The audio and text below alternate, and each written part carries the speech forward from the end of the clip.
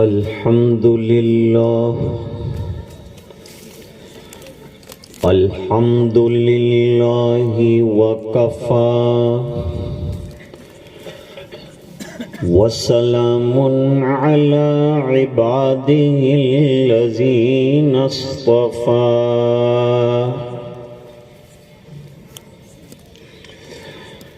أما بعد أعوذ بالله من الشيطان الرجيم بسم الله الرحمن الرحيم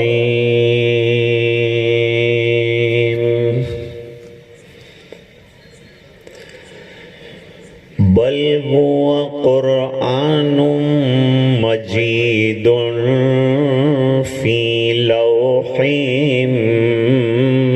محفوظ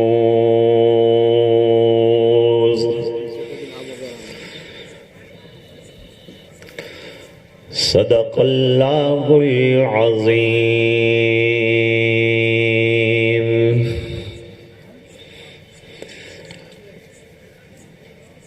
وقال النبي صلى الله عليه وسلم خيركم من تعلم القرآن وعلمه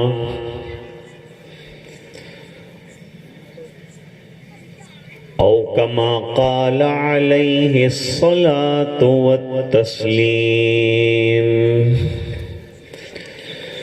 وصدق رسوله النبي الأمي الكريم.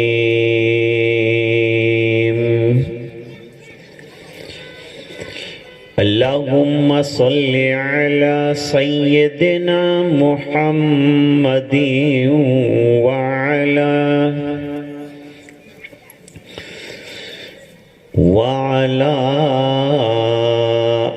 آل سيدنا محمد وبارك وسلم.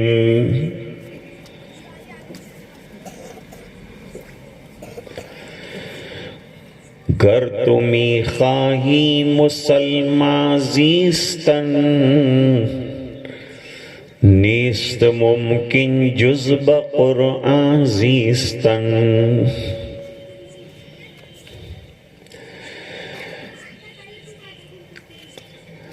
عظیم المرتبت اور جلیل القدر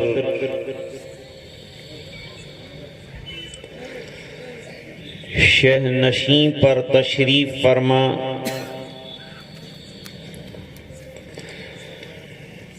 حضرات علماء کرام،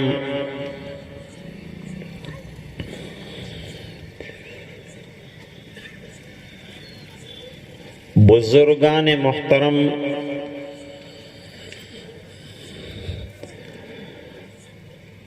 اور حاضرین مجلس،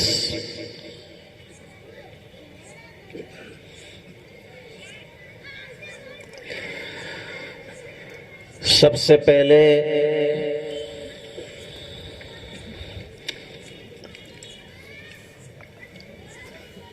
اس کامیاب اجلاس کے انعقاد پر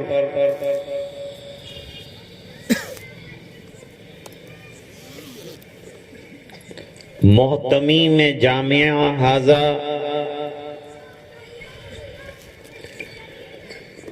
مولانا سید افسر صاحب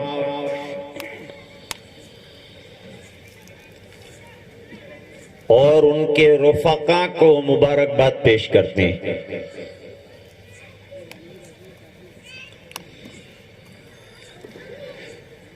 ثانیاً آج کے اجلاس کو انتہائی طور پر کامیاب بنانے میں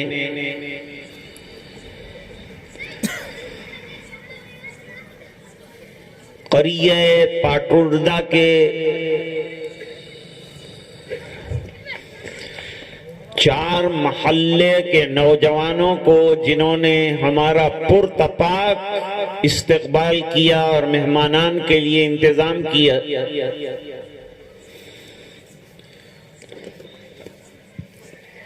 ہم ان کو مبارکباد بھی دیتے ہیں اور ان کے شکر گزار بھی ہیں۔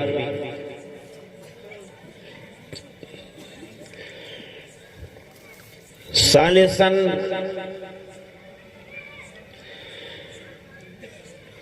آج کے جلسے میں جن نونہالوں نے پروگرام پیش کیا، ان کو انعامات سے نوازنے والے حضرات جنہوں نے دل کھول کر ان نونہالوں کو نوازا، ان کے لیے دعا کرتے ہیں کہ اللہ تعالیٰ ان کے جان مال عزت آبرو میں برکتیں عطا فرمائے۔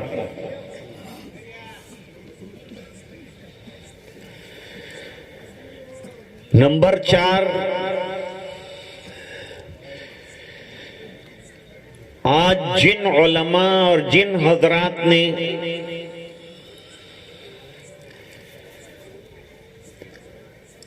مکمل قرآن کریم حفظ کرنے کی سعادت حاصل کرنے والے طلباء کو اور اساتذہ کو جو نوازا، میں ان کو بھی مبارکباد پیش کرتا ہوں۔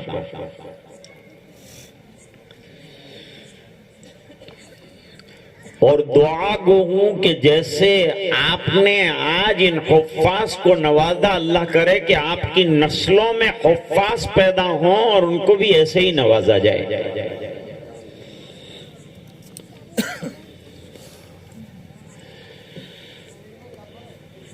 نمبر 4، آج کی اس متبرک مجلس میں جن 4 نوجوان اور نونہال طلباء عزیز نے قرآن کریم کو مکمل کرنے کی اور حفظ کرنے کی جو سعادت حاصل کی ہے، ان کے اساتذہ کو، ان کے والدین کو تہہ دل سے مبارکباد پیش کرتے ہیں۔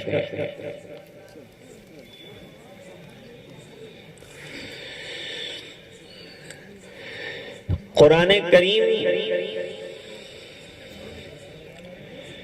مینار نور ہے،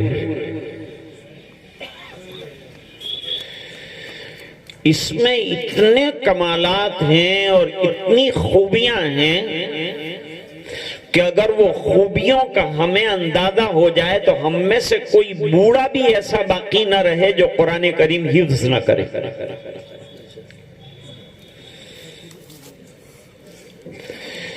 سمندروں میں جب کشتیاں چلتی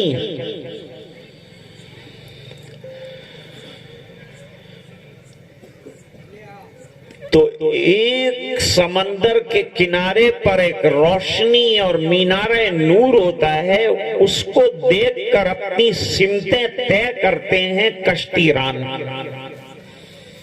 اور کشتیوں کے ناخدا،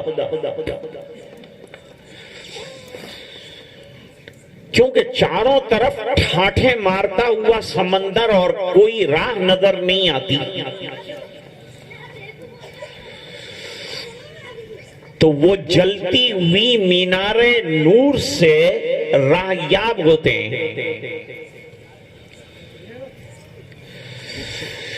اس طرح دم توڑتی ہوئی اور گمراہ انسانیت کو راہ راست اگر چاہیے تو اس کی نظر نور قرآن پر ہونی چاہیے۔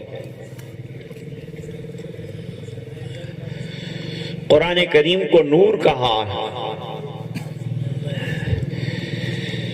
فرمایا قد جاکم من اللہ نور و کتاب مبین۔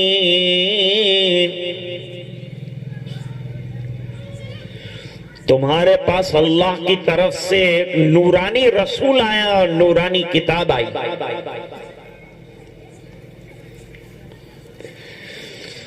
یہ دو نور کی روشنی میں اپنی منزلیں طے کرو.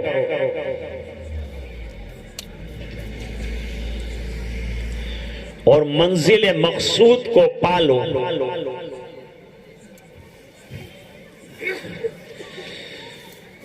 قرآن کریم دستور حیات ہے اور منشور زندگی ہے.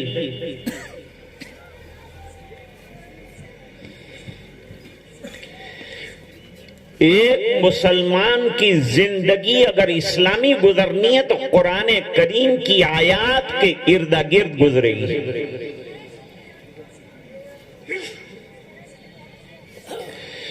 میں کہا کرتا ہوں کہ قرآن کریم اور سرکار کی ذات ایک ایسا ہیرا ہے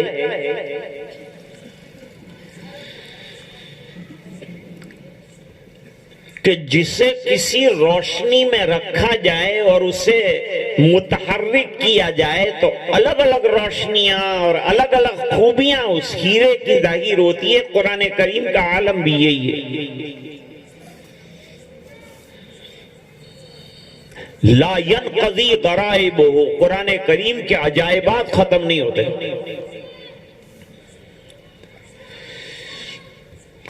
اور عجیب بات یہ ہے کہ دنیا کی کتابیں ایک دو مرتبہ پڑھنے کے بعد پڑھنے والا اٹھتا جاتا ہے، اور قرآن کریم ایسی کتاب ہے کہ جتنا پڑھتے جاؤ اس کے پڑھنے کا مزید شوق پیدا ہوتا ہے.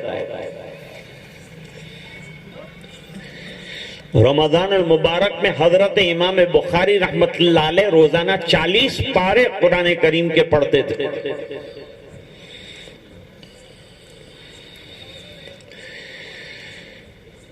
اتنی خوبیاں ہیں اس کی، ایک ایک سورت میں عجیب عجیب کمالات ہیں.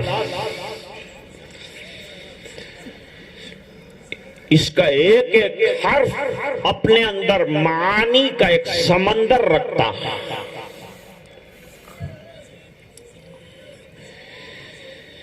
ایک ایک حرف اللہ کی طرف سے اترا ہوا اور منزل من اللہ، اور اس پر ایمان رکھنا ضروری ہے. حرف اورا ریب نے تبدیل نے آیا الشرمندہ تاویل نے.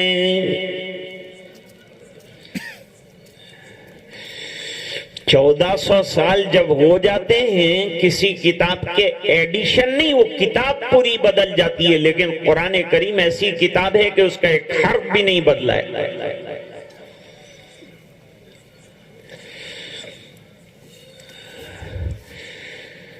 مسئلہ اصل میں یہ ہے کہ قرآن کریم کے لیے ہم نے کوئی قربانیاں نہیں دی ہیں، مارے نہیں کھائی ہیں.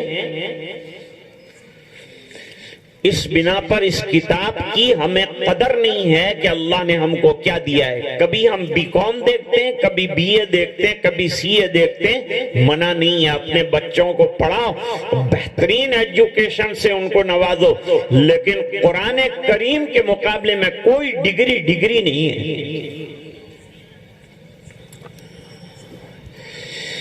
برخود نظر بکشاز تہی دامنی مرن، کہ در دامنے تو ماہ تمام نیادان. فرماتے ہیں دوسرے کی گود میں ستارے چمک رہے تھے، اس کو دیکھ رہا ہے اور یہ بھول گیا کہ تیرے دامن میں چاند کا ٹکڑا رکھا ہے. تیرے پاس ایک شمش درخشاں ہے.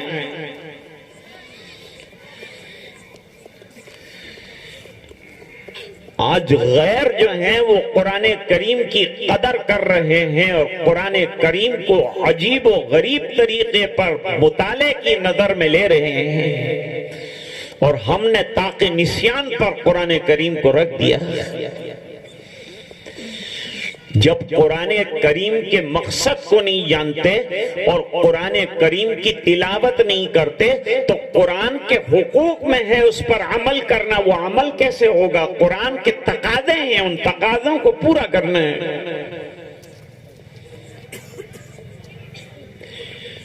دو چیزیں آئی ہیں، نقوش کی شکل میں اللہ نے قرآن اتارا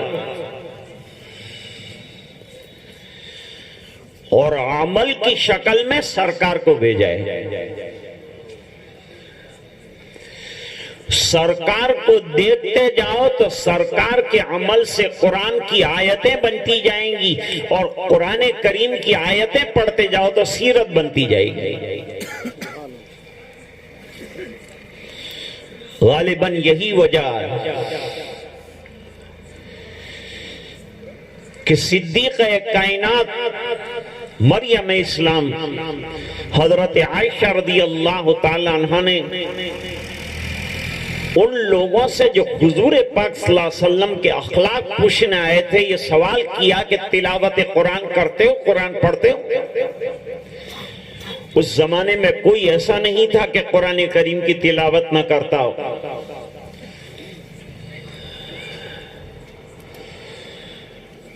سب نے کہا کہ ہم قرآن کریم کی تلاوت کرتے ہیں، پڑھتے ہیں، اور عجیب و غریب بات یہ ہے کہ قرآن کریم کے ایک ایک حرف کے پڑھنے پر نہ سمجھنے کے باوجود اللہ تعالیٰ اجر اور بدلہ اور نیکیاں عطا فرماتے ہیں، اور ایک حرف پر 10 نیکیوں کا وعدہ فرمایا ہے۔ بلکہ میں تو ایک بات اور بھی کہتا ہوں،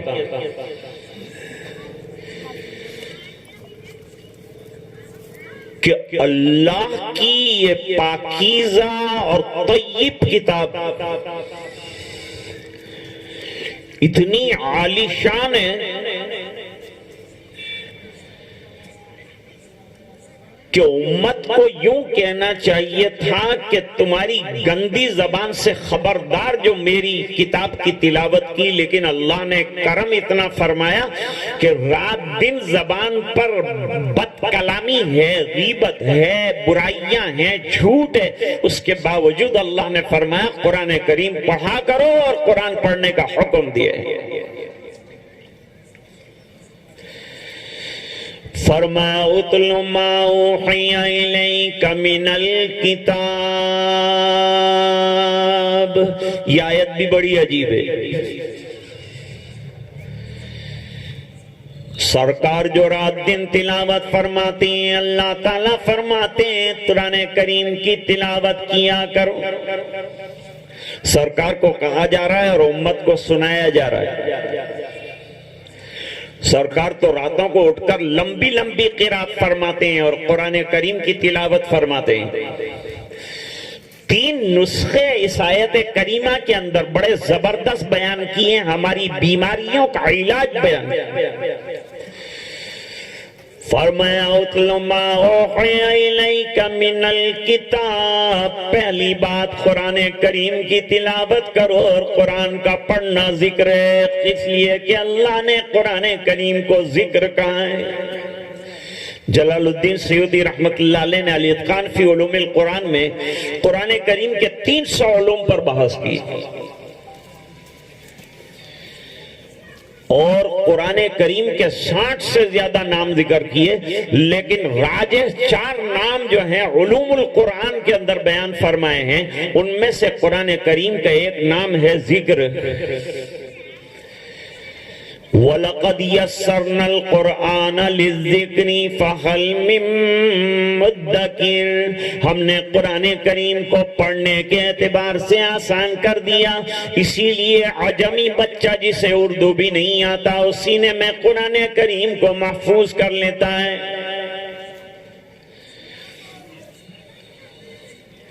ہم لوگ قرآن کریم کی حفظ کی قدر نہیں کر رہے ہیں۔ مصر میں ایک گاؤں ہے، اس گاؤں کا نام گورنمنٹ نے تبدیل کر دیا، اس گاؤں کا نام رکھا عرب القرآن۔ اس گاؤں میں 40,000 کی بستی ہے، 40,000 کی بستی، اور 40,000 کی بستی میں 350 مکتب ہیں اور 45 دارالعلوم ہیں، اور 40,000 کی بستی میں نہ کوئی عورت غیر حافظ ہے نہ کوئی بچہ غیر حافظ، یہاں تک کہ مجنون اور دیوانہ بھی جو ہے وہ بھی قرآن کریم کا حافظ ہے۔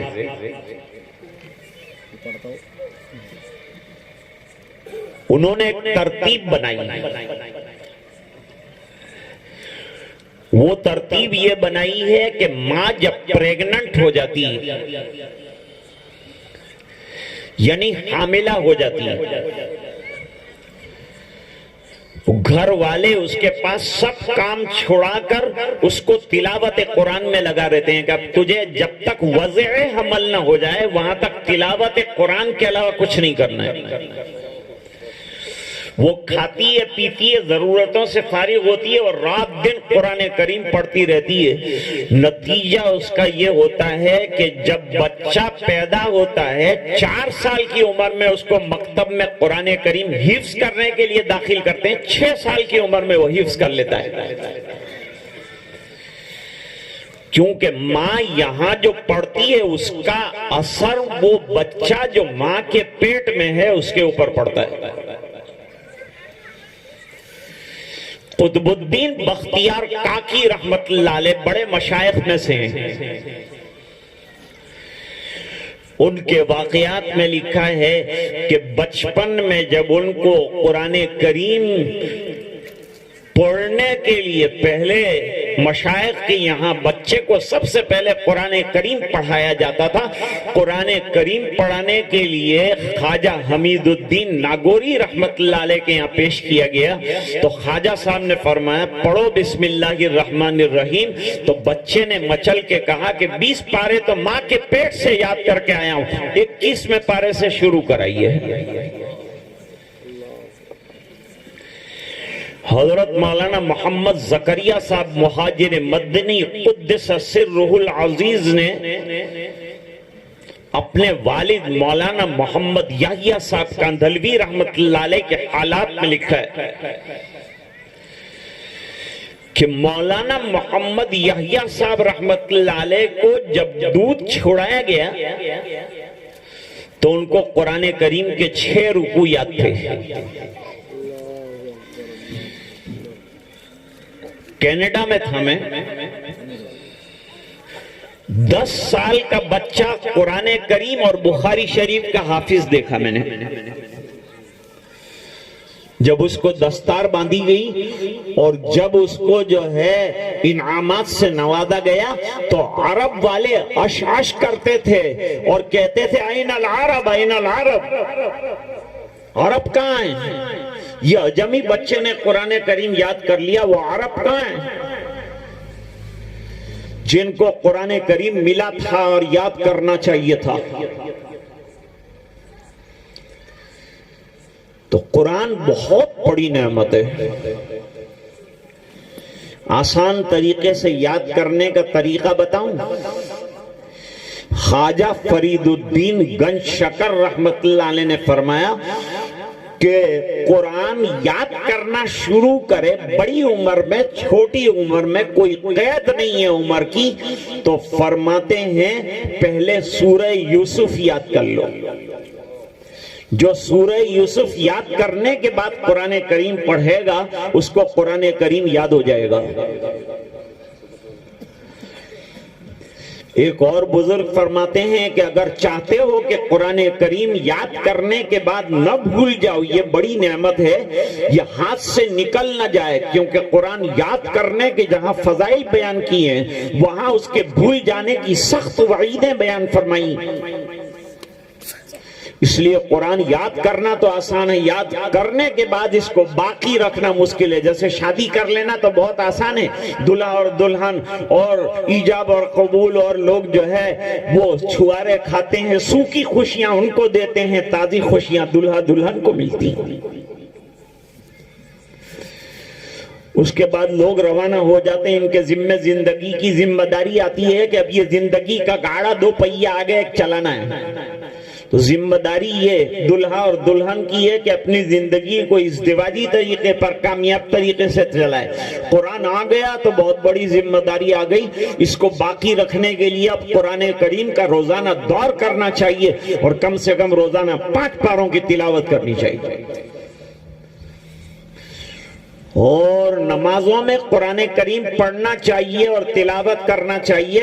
اور رمضان المبارک میں اگر بالغ ہو گیا ہے بچہ تو اس کو کسی جگہ محراب سنانی چاہیے، چاہے مسجد ہو چاہے گھر ہو.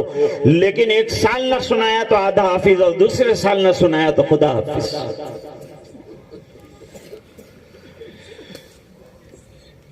اس لیے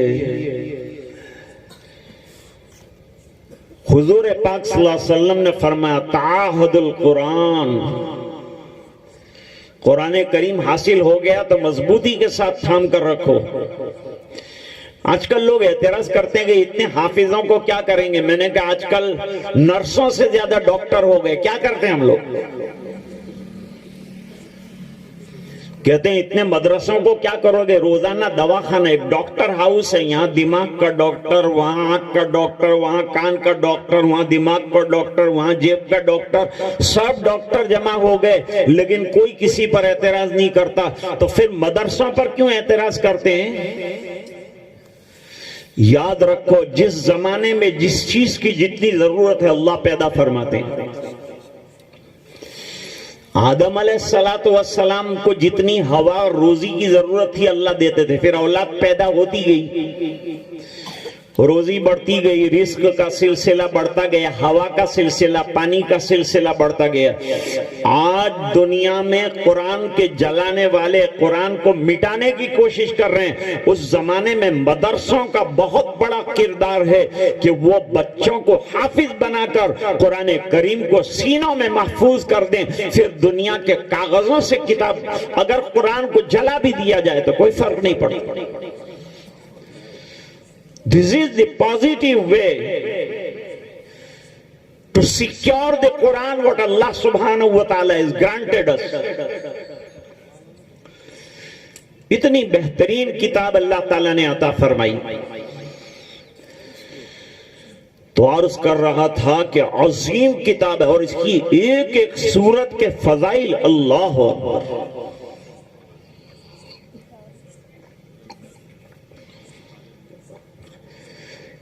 ایک ہے سورہ یاسین، ایک ہے آیت الکرسی. سورہ بقرہ کی اسٹار آیت، the greatest آیت and the verse وہ آیت الکرسی ہے. ایک جگہ اب تو چلی گئی، نام لینے میں کوئی حرج نہیں، بے نظیر بھٹو سے کہا کہ آپ جب دیکھو تو کرسی پر بیراجمان ہو جاتی ہے، کوئی وظیفہ پڑھتی ہے کیا؟ تو کہا آیت الکرسی پڑھتی ہے، تو کرسی مل جاتی ہے. تو پوچھا گیا کہ آیت الکرسی کیسے پڑھتے ہیں؟ تو جواب دیا یا کرسی یا کرسی. تو مجھے اللہ کرسی دے دیتا ہے. تو آیت الکرسی کے بڑے فضائل اور مناقب بیان فرمائے گئے ہیں. اس طرح سورہ یاسین شریف کی فضیلت میں آئے گی جس نے ایک مرتبہ یاسین شریف کو پڑھ لیا اس کو 10 قرآن کریم پڑھنے کا ثواب اللہ دیتے ہیں. حدیث شریف میں فرمایا کہ قریب المرگ جو ہو نا، جو مرنے کے قریب ہو گیا اور جان کنی کا عالم ہو تو آسانی کے لیے اپنے قریب المرگ پر یاسین شریف پڑھو. میں 2 واقعات اس کے سلسلے میں آپ کی خدمت میں پیش کر کے بات ختم کر دوں. حضرت مفتی محمود الحسن صاحب گنگوہی رحمت اللہ علیہ بڑے مشائخ میں سے ہیں، بڑے بزرگوں میں سے ہیں. انہوں نے ایک مرتبہ عجیب واقعہ سنایا مجلس میں. فرمایا کہ دریائے جمنا کے کنارے پر جو روڈ جا رہا تھا اس کے اوپر ٹریفک جام تھا. اب انڈیا میں ٹریفک جام آپ کو سمجھانے کی ضرورت نہیں, اس سے ہم روزانہ 2-4 ہوتے ہیں. یہ انڈیا کی خصوصیات میں سے ٹریفک کا جام ہونا. تو ایک حافظ صاحب بھی اپنی گاڑی لے کر وہ ٹریفک کے اندر کھڑے تھے. بھئی ٹریفک جام کیوں ہے؟ کیا ہوا ہے؟ کوئی حادثہ, کوئی واقعہ کیا پیش آیا؟ وہ اتر کر گئے تو دیکھا کہ جمنا میں سیلاب آیا تھا اور پانی قبرستان کے اندر بھی آ گیا تھا. سیلاب تو ختم ہو گیا لیکن کچھ قبریں کھل گئی تھی. ان میں سے ایک قبر کے اندر جو ہے ایک مردے کا کفن کھل گیا تھا اور اس کے اوپر ایک مکھی بیٹھتی تھی اور وہ مکھی جو ہے ڈنک لگاتی تھی وہ مرنار کو اور لاش کو, اور اس کی وجہ سے اس کی رنگت مرنے والے کی لاش کی بدل جاتی تھی. ایک دھوبی کا لڑکا وہاں سے کپڑے جمنا میں سے دھو کر آ رہا تھا. اس نے دیکھا کہ مردے کو بڑی تکلیف ہو رہی ہے تو اس نے ایک پتھر اٹھایا اور پتھر اٹھا کر وہ جو مردے کے اوپر وہ مکھی بیٹھی ہوئی تھی وہ مکھی کے اوپر مارا. مکھی جو ہے اڑی اور اس کی پیشانی پر آ کر جو ڈنک لگایا تو چیخیں نکل گئی اس کی. وہ چیختا تھا, چیختے چیختے اس کا حال برا ہو چکا تھا. لوگ پانی دیتے تھے, ٹھنڈا برف لگاتے تھے, لیکن اس کو کسی طرح سے اطمینان نہیں ہوتا تھا. حافظ صاحب نے چند منٹوں تک کھڑے رہ کر یہ ماجرا دیکھتے. مرنار مسلمان تھا. دل ہی دل کے اندر حضرت نے ارادہ کیا کہ مجھے قرآن شریف یاد ہے, یہ مرنے والے کی آسانی کے لیے اور عذاب کی تخفیف کے لیے کچھ پڑھوں. چنانچہ انہوں نے آہستہ آہستہ قبر کے کنارے پر کھڑے ہو کر یاسین شریف پڑھنا شروع کیا. جیسے جیسے یاسین آگے بڑھتی گئی وہ مکھی جو ہے اس کے ڈنک کم ہوتے گئے, یہاں تک کہ جب یاسین شریف ختم ہو گئی تو مکھی پانی کا ریلا بن کر نکل گئی اور وہ ختم ہو گئی, اور جو عذاب ہو رہا تھا مکھی کی شکل میں مردے کو وہ ختم ہو گیا. اس سے پتا چلا کہ عذاب کے ختم ہونے میں یاسین شریف کے پڑھنے کو بڑا دخل ہے.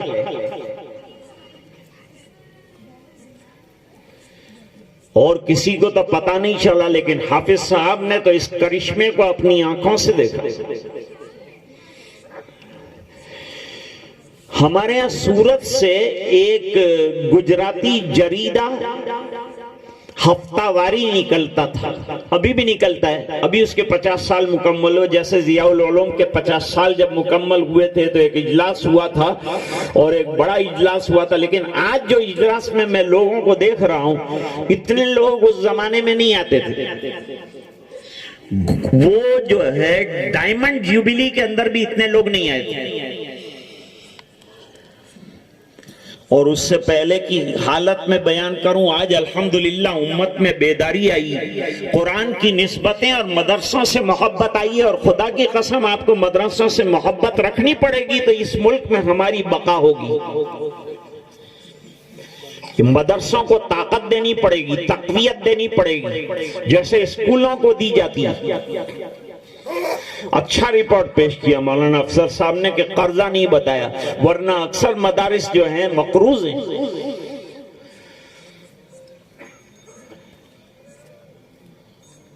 پہلے کسی زمانے میں جلسے میں کئی سالوں سے آتا ہوں, لیکن آپ کی زیارت سے میں محروم رہتا تھا. مسجد میں تھوڑا سا چھوٹا سا ایک جلسہ ہوتا تھا, کچھ لوگ بیچارے آتے تھے, اس میں بھی جو ہے غیر مکلفین کی تعداد زیادہ ہوتی تھی اور مرفوع القلم زیادہ ہوتے تھے, اور جو ہے باقی حضرات تو معلوم نہیں کہاں ہوتے. لیکن آج الحمدللہ مولانا افسر صاحب نے ذکر کی مجالس کا سلسلہ شروع فرمایا، اور وہ سلسلہ نقشبندیہ میں بیعت ہیں، اور یہ سلسلہ اتنا مضبوط ہے، اس کی طاقت آپ دیکھ سکتے ہیں کہ آج اتنا بڑا مجمع جمع ہوا ہے۔ یہ سلسلے کی تاثیر ہے، یہ سلسلے کی طاقت ہے۔ اپنے آپ کو ذاکر بنائیے، اللہ سے لو لگائیے۔ قرآن ذکر ہے، نماز ذکر ہے، وَلَا ذِكْرُ اللَّهِ اکبر۔ نماز کے بارے میں فرمایا بہت بڑا ذکر ہے۔ آج نوجوانوں نے بائک پر جو استقبال کیا تو میں حیران ہو گیا، اتنا پرجوش انہوں نے استقبال کیا، جتنا پرجوش آپ نے میرا استقبال کیا ہے۔ مجھے قلبی خوشی اس وقت ہوگی کہ اتنے پرجوش طریقے پر آپ مسجدوں کو بھر دیں، آپ کی جوانی مسجدوں کی نظر ہو جائے۔ اور آج آپ نے مدرسے کو فیڈ بیک کیا ہے اور تعاون کیا ہے۔ میں امید رکھتا ہوں کہ پورا سال اسی طرح اس مدرسے کا خیال رکھو گے، اور حضرت مولانا ابو الحسن صاحب رحمت اللہ علیہ کی محنتوں کو داد دو گے، اور ان کے لیے دعا کرو گے مغفرت۔ آپ کے گاؤں میں اور آپ کے دیار میں تو بہت بڑا قال اللہ قال الرسول کا ایک سیلاب آ گیا ہے۔ لوگ ترستے ہیں ایک حافظ کے لیے، اور آپ کے یہاں سے حفاظ کا ایک پورا ٹیم کا کام جو ہے وہ ہو رہا ہے، حفاظ تیار ہو رہے ہیں یہاں۔ ایسا نہیں ہونا چاہیے دوستو کہ دیے کے نیچے اندھیرا ہو۔ جس گاؤں میں اتنا بہترین مکتب چل رہا ہے، اتنا بہترین قرآن کریم کی خدمت والا مدرسہ چل رہا ہے، اس مدرسے میں گاؤں کے جتنے گھر ہیں مسلمانوں کے، ان میں سے ایک ایک بچہ مدرسے کو دیجئے اور اسے حفظ قرآن کریم کروائیے۔ آج مالیگاؤں سے لوگ آئے ہیں، جلگاؤں جاموت سے لوگ آئے ہیں، آلے واڑی سے آئے ہیں، اور بارہ گام سے آئے ہیں، اور بھنڈار سے آئے ہیں، اور معلوم نہیں کتنے نام تو مولانا افسر صاحب نے اور دوسروں نے بتائے، لیکن مجھے یاد نہیں رہے۔ اللہ تعالیٰ آپ کا قرآن کریم کی نسبت سے اور مدرسے کو فیڈ بیک کرنے کی نسبت سے یہاں جمع ہونا اللہ اپنے فضل سے قبول فرمائے، اور نسلوں میں اللہ علماء پیدا فرمائے، اور دین کی بقا اور تحفظ کے لیے مجاہدین تیار فرمائے۔ تو وہ امید ویکلی جو ہے اس میں ایک واقعہ میر صاحب نے لکھا تھا، وہ اس کے ایڈیٹر تھے، انہوں نے ایک واقعہ لکھا تھا۔ ساؤتھ افریقہ میں ایک حافظ صاحب قبرستان کے قریب سے گزر رہے تھے تو ایک قبر کے اندر آگ جل رہی تھی، اور آگ کی لپیٹیں اور آگ کے شعلے اوپر تک آ رہے تھے۔ وہ گاڑی کو بریک لگائی انہوں نے کہ کسی مسلمان کی قبر ہے اور آگ جل رہی ہے، عذاب قبر ثابت ہے۔ اور شرح عقائد نصفی میں لکھا ہے کہ اہل سنت والجماعت کے یہاں اور اہل حق کے یہاں یہ بات ثابت ہے کہ عذاب قبر ہوتا ہے، اور جسم کو بھی ہوتا ہے، روح کو بھی ہوتا ہے۔ اور نبراس کے حاشیے پر لکھا ہے روح مال جسم کو جو ہے عذاب ہوتا ہے۔ حدیث شریف میں فرمایا حضور پاک صلی اللہ علیہ وسلم تشریف لے جا رہے تھے، دو قبریں جو تھی اس کے قریب کھڑے ہو گئے، فرمایا دونوں کو عذاب ہو رہا ہے۔ کہ حضور ان کو کس وجہ سے عذاب ہو رہا ہے؟ یہ ثابت کر رہا ہوں کہ عذاب قبر ثابت ہے۔ حضور نے فرمایا ایک ان میں سے پیشاب کے چھینٹوں سے نہیں بچتا تھا، اور دوسرا شخص جو ہے غیبت اور نمیمہ میں مبتلا تھا، اور اس کو ہلکا سمجھتے تھے، اور اس کی وجہ سے ان کو عذاب قبر ہو رہا ہے۔ سرکار نے تازہ ٹہنیاں دونوں کے اندر گاڑی اور فرمایا جب تک یہ تازہ رہیں گی اور ہری رہیں گی ان سے عذاب کو کم کر دیا جائے گا۔ عذاب قبر کی بہت سی وجوہات ہیں، ان میں سے یہ 2 وجہ تو ہمارے سامنے آئی۔ وہ حافظ صاحب نے گاڑی کو کر دیا پارک اور وہ قبرستان میں گئے، اور قبرستان میں جا کر انہوں نے ایک کنارے پر کھڑے ہو کر یاسین شریف پڑھنا شروع کیا۔ جیسے جیسے یاسین شریف پڑھتے جاتے تھے ویسے ویسے عذاب کے شعلے اور آگ کے شعلے واپس قبر کے اندر چلے جاتے تھے، یہاں تک کہ جب یاسین ختم ہوئی تو آگ بھی ختم ہو گئی۔ یہ تو چند سال پہلے کا واقعہ ہے۔ عرض کر رہا تھا کہ قرآن کریم کی ایک ایک آیت میں اور ایک ایک سورت میں اور ایک ایک حرف میں کتنے کمالات ہیں، کتنی خوبیاں ہیں، اور اللہ نے ایسی کمال والی کتاب ہم کو فتنوں کے زمانے میں اگر فتنوں سے بچنا ہو تو بہترین قرآن کریم دیا ہے۔ فرمایا ایک تو تلاوت قرآن کریم کریں گھر کے اندر ماں بہنیں بھی، اور کوئی مرد اور کوئی فرد ایسا نہ رہے جو تلاوت قرآن نہ کرتا ہو۔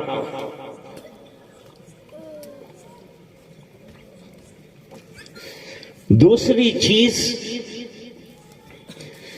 جو آیت کریمہ میں بیان فرمائی ہے وہ نماز کی پابندی ہے۔ وَأَقِمِ الصَّلَاةَ، نماز کو پابندی کے ساتھ بجا لانا۔ ابھی جلسے کے اختتام پر انشاءاللہ نماز ہوگی، پھر کھانے کا نظم ہے، پھر علماء کے لیے الگ نظم ہے، عوام کے لیے بھی نظم ہے، کھلایا جائے گا۔ لیکن ہم نماز ادا کریں، نماز کو انتہائی طور پر پابندی کے ساتھ بجا لانا چاہیے۔ میرے والد صاحب بیمار ہوئے، 5 گانا نمازوں میں سے کوئی نماز موت تک قضا نہیں ہوئی، سب نمازیں ادا فرمائی، یہاں تک کہ اسپتال میں ڈاکٹر نے اٹھنے سے منع کیا تھا، وہاں 2 کرسیوں کے بیچ میں کھڑے ہو کر نماز پڑھی۔ فرمایا بیٹھ کر نماز پڑھنے کو جی نہیں چاہتا، پوری زندگی کھڑے ہو کر پڑھی، اب کیسے بیٹھ کر پڑھوں؟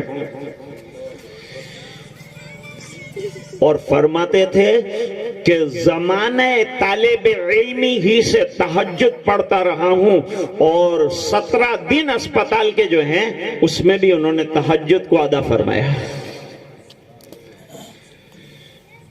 2 نعمتوں کا تذکرہ اللہ نے فرمایا، بیمار دلوں کے لیے بہترین شفا کا نسخہ بیان فرمایا، اور تیسرے نمبر پر فرمایا وَلَذِكْرُ اللَّهِ أَكْبَرُ، اور اللہ کا ذکر بہت بڑی چیز ہے۔